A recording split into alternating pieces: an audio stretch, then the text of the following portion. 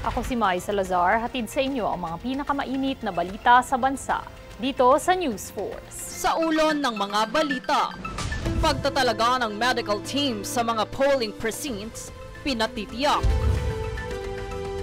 ICC naglabas ng ikalawang set ng ebidensya laban kay Duterte. Paul Lee nilinaw na walang kinalaman sa espionage ang kanyang mga biyahe patungong China. PBBM iniutos na imbestigahan ang depektibong airport bollard sa NAIA. First solo Big Dome concert ni Kichi Nadal gaganapin sa Hunyo.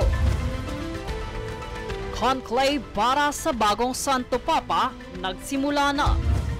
Patas at pantay na balita, komprehensibong ulat para sa pulso ng masa. Ito ang News Force.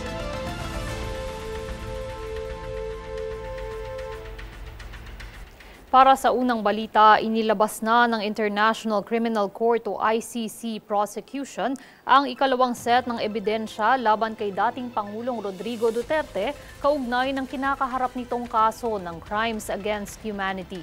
Sa isang 4-page document, nagbigay ang prosecution ng 139 items kaugnay ng nasabing kaso na naglalaman ng ilang confidential documentary materials hinggil sa pagkakaaresto kay Duterte. Matatandaang isinumite ng prosecution ang unang set ng ebidensya noong March 24. Nakatakda namang ganapin ang pre-trial hearing sa September 23 upang makumpirma ang charges laban kay Duterte at kung sapat na ang mga nakalap na ebidensya upang magpatuloy sa full trial. Samantala, isang linggo bago ang eleksyon, pinatitiyak ni Agri Party List Representative Wilbert Lee sa COMELEC at Department of Health o DOH ang pagtatalaga ng sapat na medical personnel sa mga polling precinct upang daluhan ang mga botanteng makararanas ng heat-related illness bunsod ng matinding init ng panahon.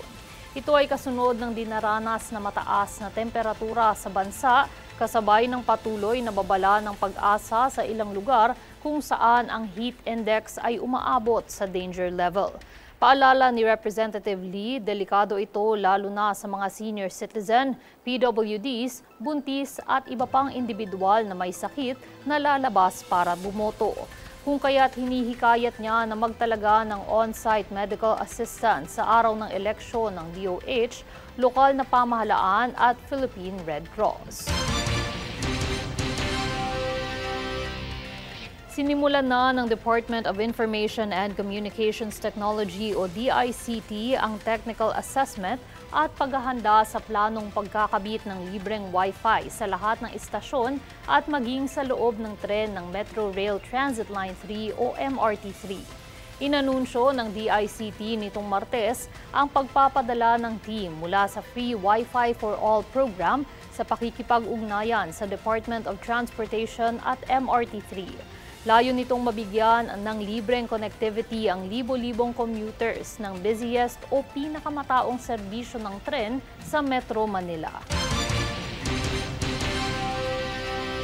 Nananatili namang determinado ang mga otoridad na tiyakin na maayos at ligtas ang halalan sa BARM, partikular na sa Lanao.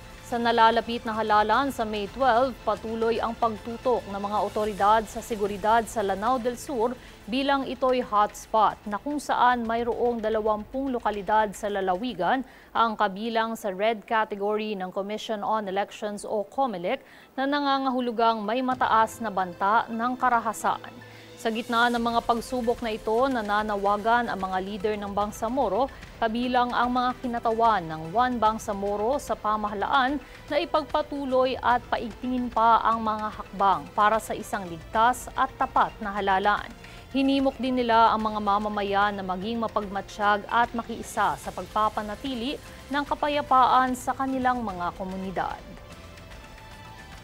Sana ang COMELEC ay hindi lang hanggang doon. Marami tayong nababalitaan dyan sa farm. Vote buying, yung mga sinasabi niyong kaguluhan, dapat yan ay tutukan, yan ay, kumbaga, tingnan para i-address yung mga problema dyan.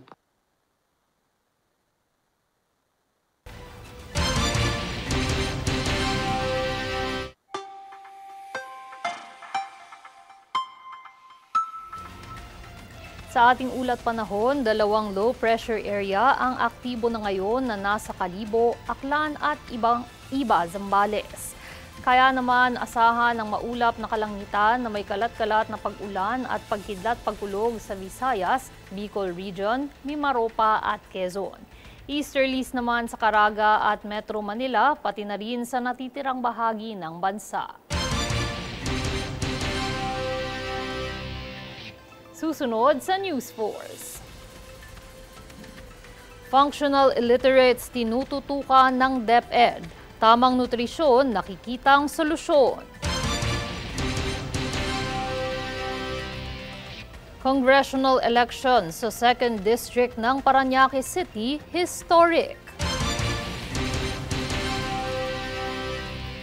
Paul Lee nilinaw na walang kinalaman sa espionage ang kanyang mga biyahe patungong China.